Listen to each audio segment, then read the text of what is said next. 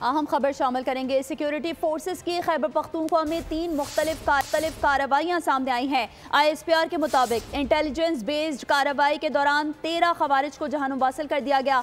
मजीद तफसीलात जानेंगे नुमाइंदा खुसूसी सलमान आवान से। सलमान, आगाह कीजिएगा।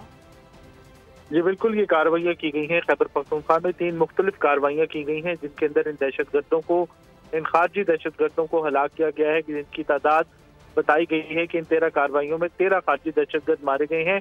पहली कार्रवाई सिक्योरिटी फोर्सेस की जानिब से बन्नू के इलाके जानी खेल में की गई, जहां पर दहशतगर्दों की मौजूदगी की इत्तला पर सिक्योरिटी फोर्सेस ने एक इंटेलिजेंस बेस्ड ऑपरेशन किया और इसके नतीजे में 2 खारजियों को हलाक किया गया।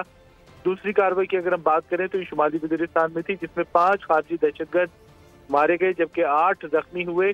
लेकिन इस दौरान शदीद फायरिंग के तबादले में पाक फौज के मेजर मोहम्मद अवैस ने जामे शहादत नोश किया।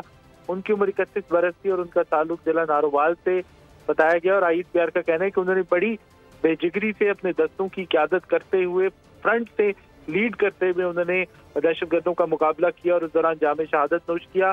तीसरी कार्रवाई की बात करें तो जनूबी वज़ीरिस्तान में की गई, जो कि बुनियादी तौर पर इंटेलिजेंस बेस्ड ऑपरेशन था।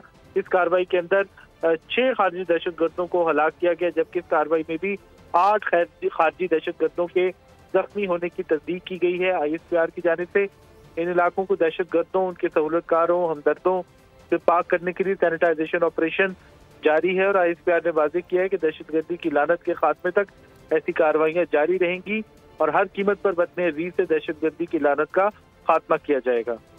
ठीक है, नुमाइंदा खुसूसी सलमान आवान हमें तफसीलन आगाह कर रहे थे। आपका बहुत शुक्रिया। सब्सक्राइब करें और बेल दबाएं ताकि कोई खबर रह न जाए।